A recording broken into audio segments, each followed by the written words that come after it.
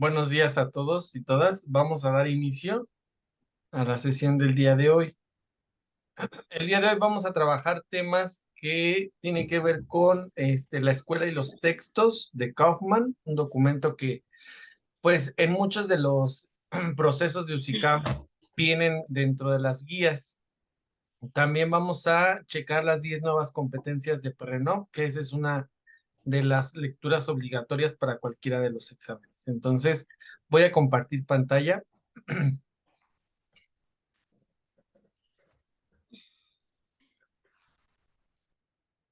Sí, se alcanza a ver la pantalla, ya se ve la pantalla.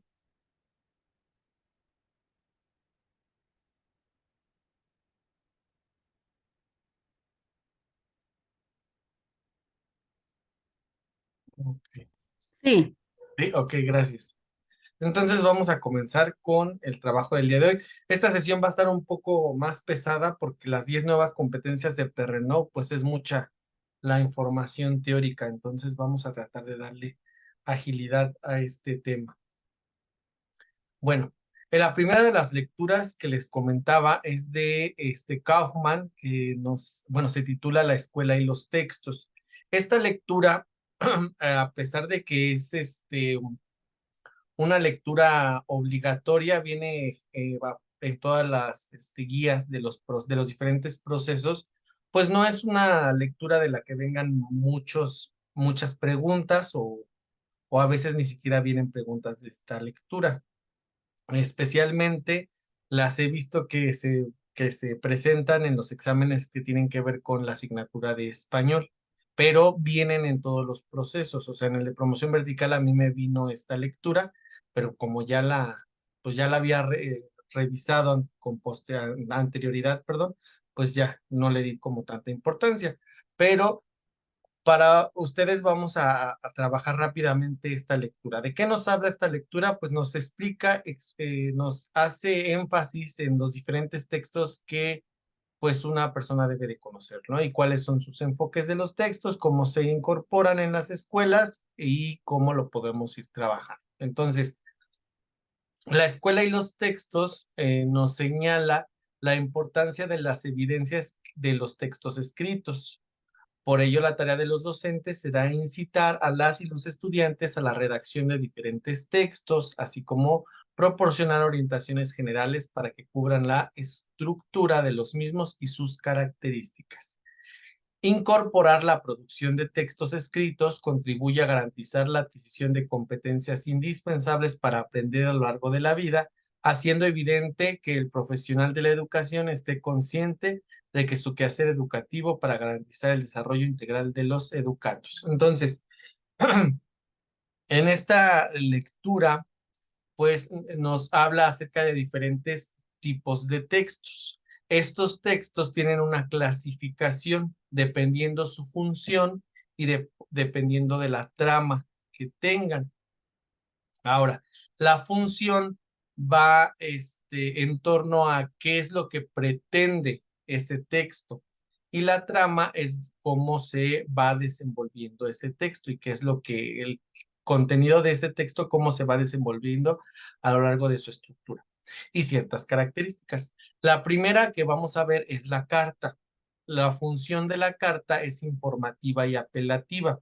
La función informativa nos da un enfoque en el cual solamente este texto nos va a dar a conocer información relevante de la actualidad. Una de las características también de la carta es que debe de ser objetiva cuando hablamos de una carta formal. ¿A qué se refiere con objetiva? Que no debe de incluir ninguna interpretación o ninguna opinión de la persona que le escribe, siempre y cuando sea una carta formal. Cuando hablamos de cartas informales, bueno, deja de ser objetiva y se vuelve subjetiva.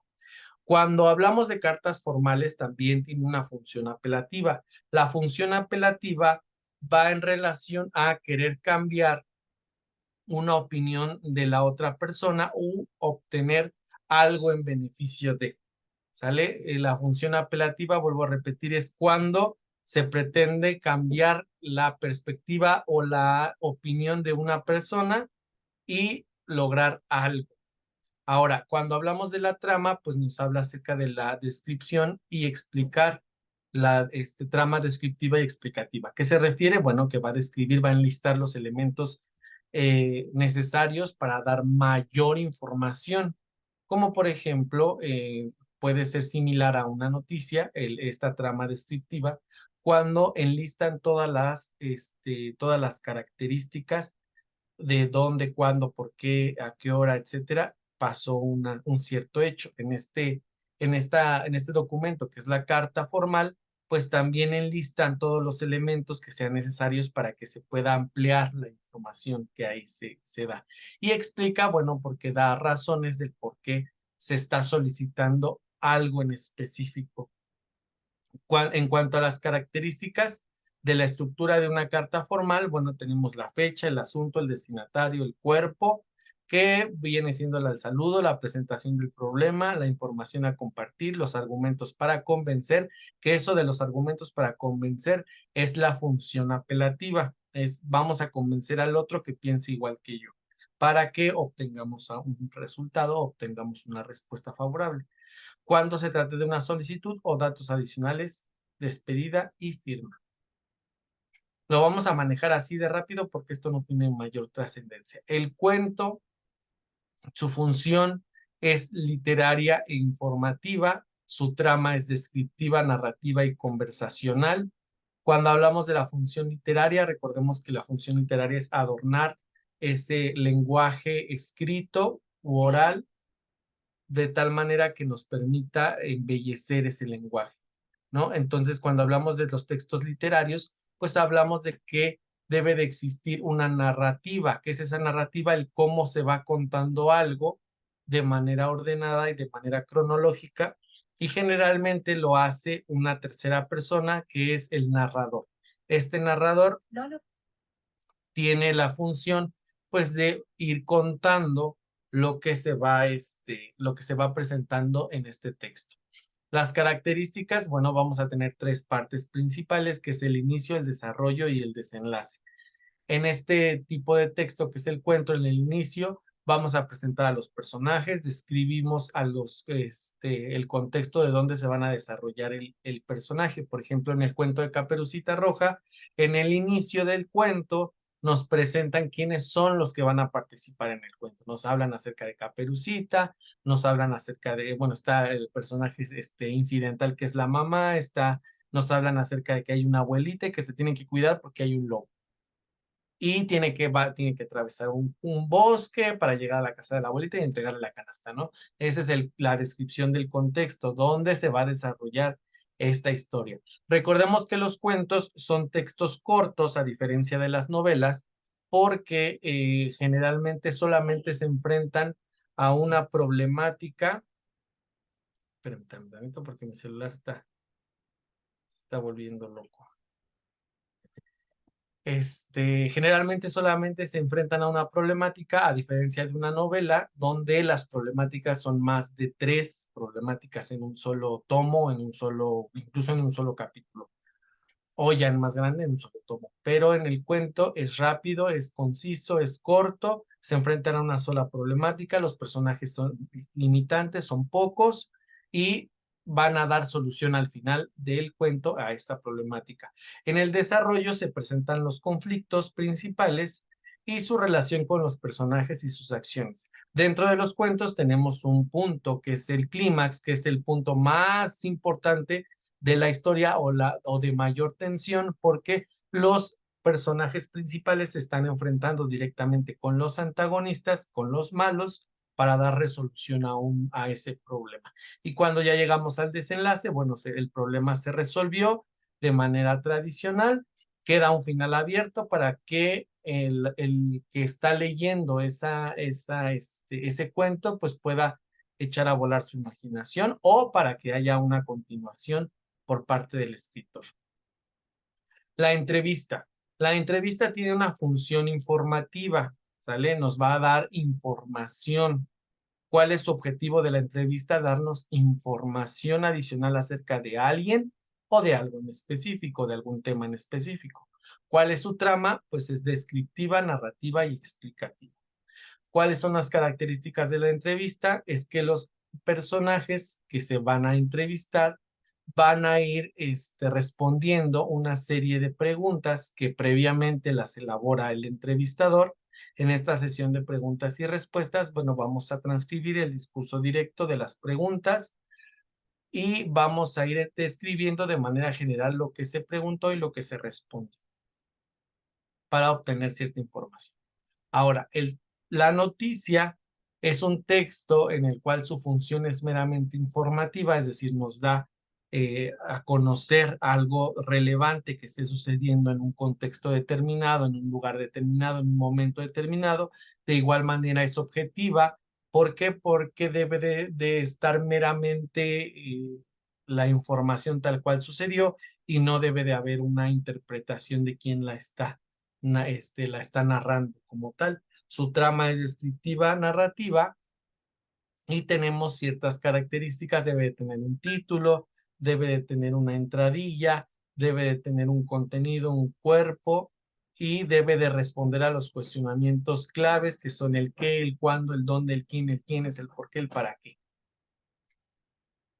El cómico, la historieta, tiene una función informativa, pero también literaria, y la trama es una descriptiva narrativa. Nos va a ir describiendo la historia, pero con ciertas características específicas, en este caso, con lo que son mayormente imágenes y con ciertos globos que nos van a permitir entender el diálogo o la comunicación entre ellos.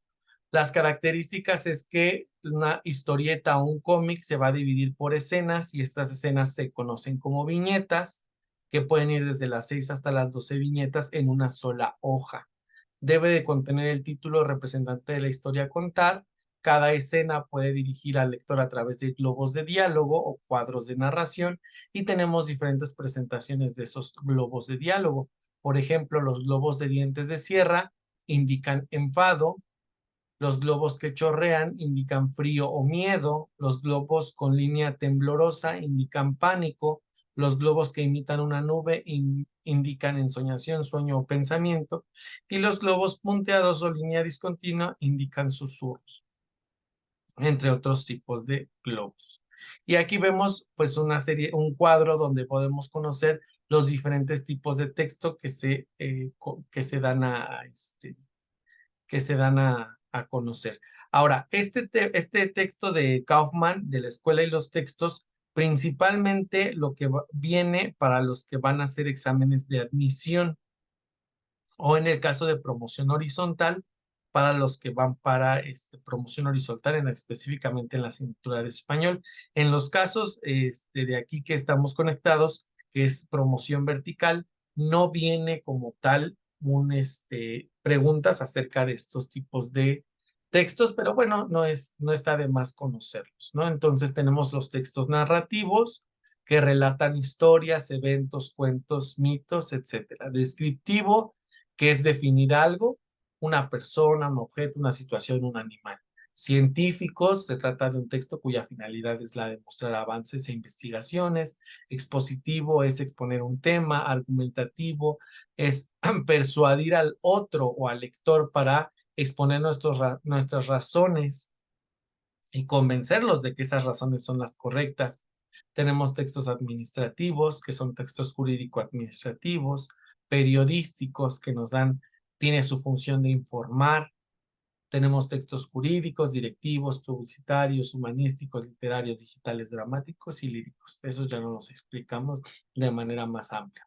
Ahora sí, aquí sí nos vamos a ir de manera más lenta y vamos a ir conociendo. Miren, encontré estas diapositivas, bueno, no diapositivas, estas imágenes que nos van a permitir conocer un poquito más a profundidad las 10 nuevas competencias para enseñar de Philippe Perrenot. Ahora, estas nuevas competencias sí nos manejan preguntas dentro de los exámenes en cualquiera de los enfoques o tipos de exámenes que vayamos a presentar. Entonces, sí es importante pues irlas analizando una por una. Tenemos, Perrenot establece en el 2004 que el docente debe de implementar, o sea, debe de desarrollar estas nuevas competencias, o sea, el docente, no el alumno, el docente debe de ser competente para poder generar una práctica de calidad. En ese momento se veía como la calidad. Debe de ver la enseñanza con un enfoque de calidad para poder llevar a los estudiantes a un aprendizaje significativo, un aprendizaje correcto. Entonces, estas competencias van en función de que el docente desarrolla. Sale, recordemos que es una competencia, pues es el conjunto de conocimientos, actitudes, valores que se conjugan para poder dar solución a una problemática. Entonces, ¿cuál es la primera competencia que el docente debe de ir desarrollando? Recuerden también que las competencias no se crean. O sea, no de un día para otro voy a decir, ya soy competente en organizar y animar situaciones de aprendizaje. No, no es algo que se crea, se van desarrollando a lo largo de una temporalidad. Entonces, la primera competencia es organizar y animar situaciones de aprendizaje. ¿Qué es eso de organizar y animar situaciones de aprendizaje? Ya veíamos la sesión de ayer, que es una secuencia didáctica y que es una situación de aprendizaje. Una secuencia didáctica es lo macro, es el conjunto de diferentes actividades y diferentes situaciones específicas, pero que las actividades pueden ser aisladas y una situación de aprendizaje va en función de tener una finalidad para que aprendan los estudiantes. Y esa finalidad está contextualizada, está adecuada para que el estudiante le encuentre ese sentido a esa situación que tiene una finalidad académica. Ahora, ¿qué es organizar y animar situaciones de aprendizaje? Bueno, el docente debe a través de una disciplina determinada, debe de conocer los contenidos que debe de enseñar y su traducción en objetivos de aprendizaje. Nosotros ya no lo manejamos con objetivos. Los objetivos de aprendizaje se manejaban antes de la reforma de 2011. Había objetivos como tal de aprendizaje. Todavía en la reforma de 2011, en la RIEP, dentro de nuestro librito anaranjado, encontrábamos objetivos específicos y objetivos particulares, perdón, generales y específicos. Pero ya a partir de la reforma del 2017 ya no se maneja la parte de lo que son los objetivos, dejan de ser viables y ya lo que conocemos como el sinónimo de los objetivos de aprendizaje, bueno, pues son los aprendizajes esperados, los aprendizajes clave y ahorita los aprendizajes situados. Entonces, ¿qué implica que un docente pueda organizar y animar situaciones de aprendizaje? Implica que conozca lo que va a enseñar, sepa qué es lo que va a enseñar y que tenga un guión o tenga una guía o tenga un propósito para ver qué es lo que va a lograr en ese aprendizaje. Vuelvo a repetir que es lo que nosotros conocimos durante muchos años como los aprendizajes esperados o los aprendizajes clave o los aprendizajes situados, ¿no? O los aprendizajes relevantes. O sea, es que yo espero que mi alumno aprenda en una cierta temporalidad, en un proyecto, en un trimestre, etcétera, en una semana. O sea, ya el docente determinará cuál es el tiempo específico para que pueda aprender ese alumno. Ahora, el docente también debe de trabajar a partir de las representaciones de los alumnos. ¿Qué dijimos que eran las representaciones de los alumnos? Sus conocimientos previos. Es decir, el docente debe de reconocer que el alumno no viene en blanco, sino que viene con conocimientos previos, que esos conocimientos los adquirió no en un ámbito académico, es decir, no en la escuela, sino que muy posiblemente los haya adquirido en otros contextos en los que él se desarrolla, por ejemplo, la familia, la calle, el grupo de amigos, el trabajo, si es que nos trabajan, etcétera. ¿Sale? Pero no necesariamente un conocimiento o un aprendizaje previo lo va a adquirir en un ámbito meramente académico. O sea, no es necesario que sea solamente en una escuela, sino en todos lados podemos aprender. Y eso es lo que traen a las aulas. Y el docente debe de reconocer eso que traen para a partir de ahí empezar a construir lo que se pretende enseñar y lo que se pretende aprender. Debemos de trabajar a partir de los errores y los obstáculos en el aprendizaje. Este es un nuevo enfoque que se da a partir del 2011 en adelante en todas las reformas que hasta ahorita se han presentado. Es algo que se sigue mencionando y que está vigente. Trabajar a partir del error como una oportunidad de aprendizaje, no como algo que va a coartar o que va a truncar mi proceso de aprendizaje.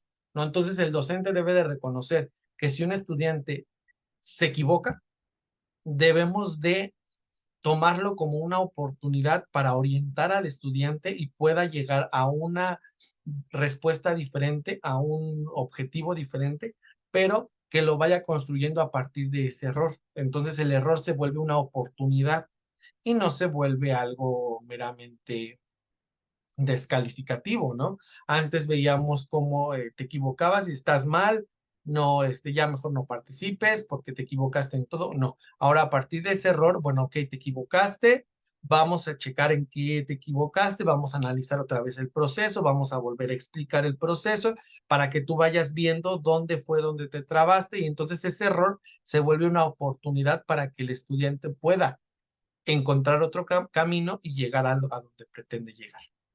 Construir y planificar dispositivos y secuencias didácticas. Aquí, una de las competencias de Perrenot nos dice que el docente debe de aprender a planificar. El docente tiene que planificar y aparte debe de ver la planificación no como una carga administrativa, sino como un instrumento que le va a permitir plasmar y tener un control acerca de lo que puede, de lo que va a enseñar, ¿sale? Para no caer en, obviamente, la improvisación. Ahora, recordemos que las planificaciones no son, actualmente su enfoque no tiene un enfoque rígido, es decir, no lo que yo plasmé en una planeación es lo que exactamente tiene que pasar en mi aula, porque hay muchas situaciones y condiciones de un día que puede cambiar absolutamente toda mi estrategia o mi plan para ese día. Imagínense, perdón, imagínense para educación física, que hoy ya tenga planeado una serie de actividades en donde voy a hacer este, unas secuencias en el patio y voy a tener ciertos equipos y todo, y de repente, como hoy, amaneció todo nublado, amaneció a punto de llover y entonces llueve y ya nos quedamos en el salón de clases y entonces mi planeación la tiro a la basura porque no funcionó. No, una planeación debe de ser flexible en el sentido de que la planeación me va a permitir adaptar a los cambios que puedan surgir, teniendo apartados como, por ejemplo, observaciones. El apartado de observaciones permite al docente ir anotando por qué se hizo el cambio dentro de lo que él ya tenía planeado. Ah, pues en observaciones pongo, se trabajará dentro de el salón de clases por estos motivos, pero se retoma el tema de el día de hoy, que es equipos de fútbol, y vamos a ver la parte teórica y cómo se organiza, etcétera. Pero el docente debe de visualizar la planeación como una herramienta que le va a apoyar a su enseñanza y también como una herramienta flexible, no como algo rígido. Entonces se puede adaptar, ¿no? Entonces construir y planificar dispositivos y secuencias didácticas van a permitir que el docente tenga un mayor control y no caiga en la improvisación. Ahora, las secuencias didácticas van en función de, acuérdense, lo macro, ¿sale? Una secuencia es el conjunto de ya sea situaciones de aprendizaje o actividades, pero que tienen una finalidad académica, tienen un objetivo para llegar a ello. Para cuando se concreten, vamos a llegar a un producto o algo en específico que va a evidenciar el proceso de aprendizaje de los estudiantes. Implicar a los alumnos en actividades de investigación en proyectos de conocimiento. Acuérdense que esto de implicar a los alumnos en actividades se maneja desde mucho antes de la reforma 2011, pero a partir de que empezamos a detectar, bueno, a manejar lo que son los principios pedagógicos desde el 2011 hasta ahorita, sabemos que debemos de implicar a los estudiantes en su propio proceso. Los estudiantes no son receptores vacíos de conocimiento, sino que los alumnos deben de guiar su propio proceso, deben de identificar cómo es que aprenden, cuáles son las actividades, las estrategias, sus propios ritmos y estilos de aprendizaje, y el docente se vuelve un guía, una persona que acompaña a esa construcción de los aprendizajes. Y entonces el alumno, acuérdense, como decía Piaget en la cuarta etapa, el alumno se vuelve un pequeño científico. ¿Por qué se vuelve un pequeño científico? Porque entonces está empezando a tener la curiosidad. Debemos desarrollar esa curiosidad para que aprenda, para que busque, para que dé respuesta a sus cuestionamientos a través de un enfoque, pues, académico. Esta es la primera competencia. Seguimos en organizar y animar situaciones de aprendizaje, que es la primera competencia. Nos dice también Perrenov que debemos hacer hincapié en la voluntad de elaborar situaciones didácticas óptimas, incluso y en primer lugar para los alumnos que no aprenden escuchando lecciones. Las situaciones pensadas así se alejan de los ejercicios clásicos que solo exigen la puesta de práctica de un procedimiento conocido. Es decir, el docente debe de visualizar las situaciones didácticas como oportunidades también para poder diversificar su práctica docente.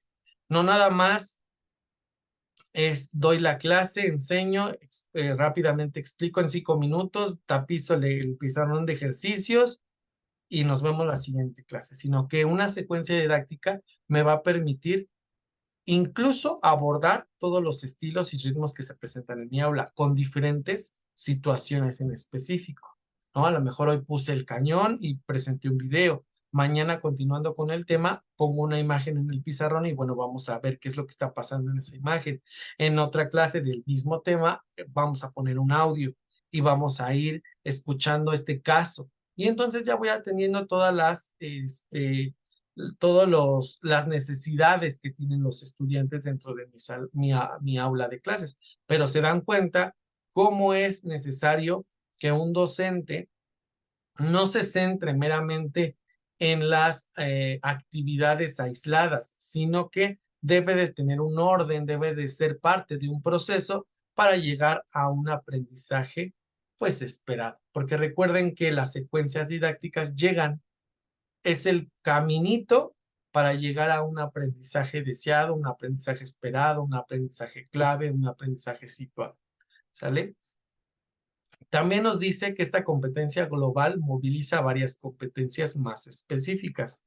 O sea, acuérdense que en el 2011 se manejaban lo que son las competencias genéricas y las competencias, ay, se me fue su nombre, las competencias,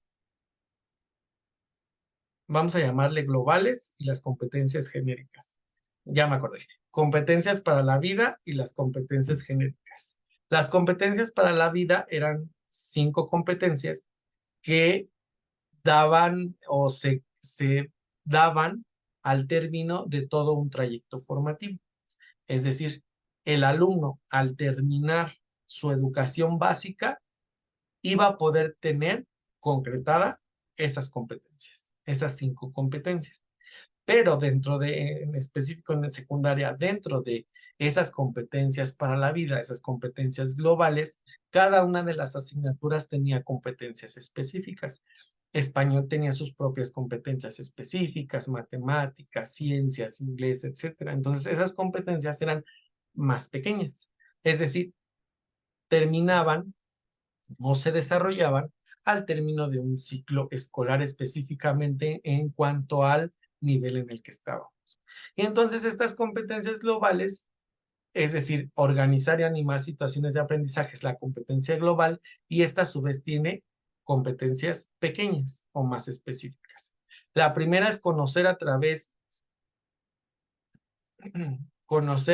de una disciplina determinada los contenidos que enseñan y su traducción en objetivos de aprendizaje, trabajar a partir de las representaciones de los alumnos, trabajar a partir de los errores y los obstáculos, construir y planificar dispositivos y comprometer a los alumnos en actividades de investigación, que es lo que ya hemos explicado. Entonces ya tenemos el conocimiento de la competencia número 1.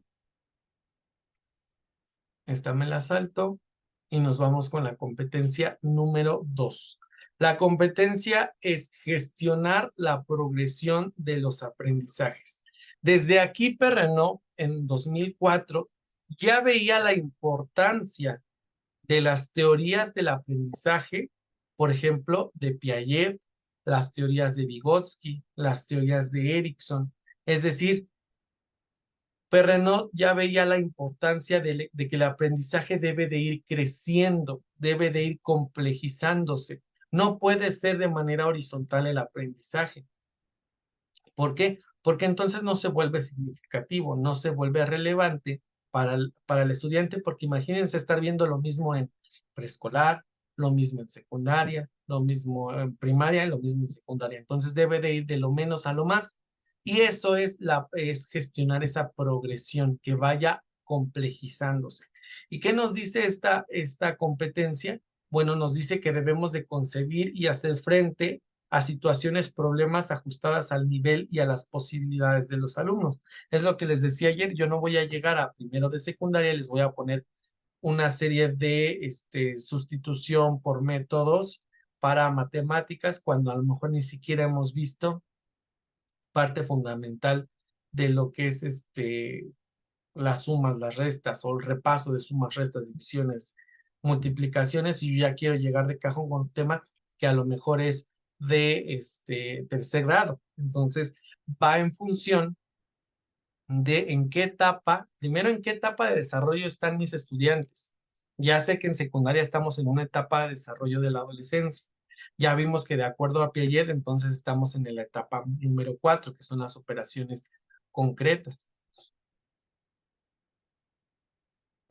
Perdón, estamos dentro de la etapa número 4 de Piaget. A ver, acuérdense ustedes, ¿cuál es la etapa 4 de Piaget? Porque operaciones concretas, si es la 3 o la 4. Ayúdenme ustedes.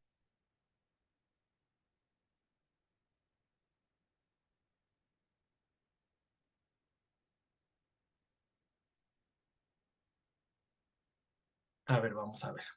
Bueno, la cuarta era referente a operaciones formales, Ajá, en donde el niño se vuelve más científico y se preocupa más por su identidad y por lo que demuestra ante la sociedad, ¿no?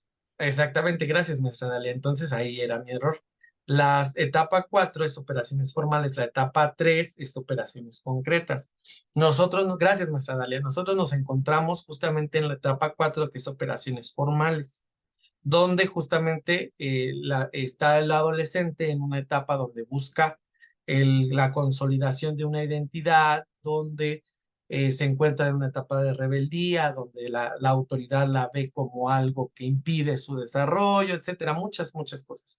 Pero a lo que voy estamos identificando dónde se encuentra el estudiante, en qué etapa de desarrollo se encuentra el estudiante, cuáles son, de acuerdo a Erickson, una de las crisis que se puede enfrentar, que es la de identidad BC, se me fue también, identidad BC, confusión de roles, identidad BC, confusión de roles. Estamos en esa etapa, bueno, en ese estadio de acuerdo a Piaget, a Erickson. Sabemos que tiene ciertos estilos, tiene ciertos ritmos, y eso me va a permitir empezar a identificar dónde a partir de qué voy a trabajar, a partir de qué contenidos, y no voy a mover esa serie de contenidos. También nos dice que debemos adquirir una visión longitudinal de los objetivos de aprendizaje, es decir, ver más allá de lo que establece aquí el contenido, qué más podemos enseñar, establecer vínculos con las teorías que sostienen las actividades del aprendizaje, que es lo que ya vimos de manera breve el día de ayer. Observar y evaluar a los alumnos en situaciones de aprendizaje según un enfoque formativo. Acuérdense, aquí nos hablan la competencia número 2 de Perrenot, que nosotros debemos de evaluar a los alumnos pero desde un enfoque formativo. ¿Cuál es el enfoque formativo de la evaluación? Es no meramente ver una evaluación cuantitativa, no nada más es llegar a un número, sino que el enfoque formativo nos permite observar todo el proceso en el que el alumno está inmerso para poder llegar ahora sí, a una evaluación cuantitativa. Pero el enfoque formativo de la evaluación es observar todo el proceso, desde cómo inicia, desde una evaluación diagnóstica, desde una evaluación formativa hasta llegar a una evaluación sumativa. Y dependiendo de quienes intervienen en esa evaluación, por ejemplo, una evaluación heteroevaluativa, que es la que da el docente. Una coevaluación es aquella que se da entre compañeros, o una autoevaluación, que es aquella que se da el propio alumno al reconocer su propio proceso. ¿Sale? Entonces, aquí en esta competencia de gestionar la progresión, nos habla de que debemos de trabajar mediante secuencias didácticas. Dentro de esas secuencias debemos de establecer situaciones problemáticas a las que se van a enfrentar los estudiantes, pero que van a ser problematizadoras de acuerdo al nivel y de acuerdo a en dónde estén los alumnos, en qué nivel, en qué posibilidad, en qué aprendizaje estén. A partir de ahí nosotros vamos a empezar a elaborar. De ahí nosotros vamos a poder evaluar desde un enfoque formativo, y nosotros vamos a estar evaluando constantemente el desarrollo de esas competencias y las decisiones de progresión. Acuérdense que las decisiones de progresión a través del enfoque formativo de la evaluación nos dice que si nosotros en algún punto de ese proceso estamos observando que el alumno no está aprendiendo, entonces quiere decir que hubo algo dentro de ese proceso que no estuvo bien o que no fue adecuado a las necesidades de los estudiantes. Por eso el docente se tiene que regresar para que pueda identificar el punto donde el alumno se quedó atorado, y a partir de ahí volver a adaptar su estrategia para que pueda continuar en esa progresión. Pero para eso es la evaluación formativa, para que el docente identifique en ese proceso. O sea, no nada más va a ser llegar al docente y decir, a ver, resuelvan estas operaciones, y no importa cómo lo hayas sacado, tú nada más dame el resultado correcto y ahí nos vemos. No, sino que el docente tiene que ver el por qué, cómo llegó a ese resultado, cuál fue el procedimiento, si utilizó el que el maestro explicó, si utilizó otro que encontró en otro lugar, o si él mismo por razonamiento llegó a ese resultado. Y en ese proceso, el docente tiene que ver si está realmente aprendiendo en ese control periódico de competencias o no está aprendiendo, y cómo lo va a cambiar y lo va a adaptar. ¿Sale? Esa es la competencia número 2. Vamos a detener la sesión y nos volvemos a conectar, por favor.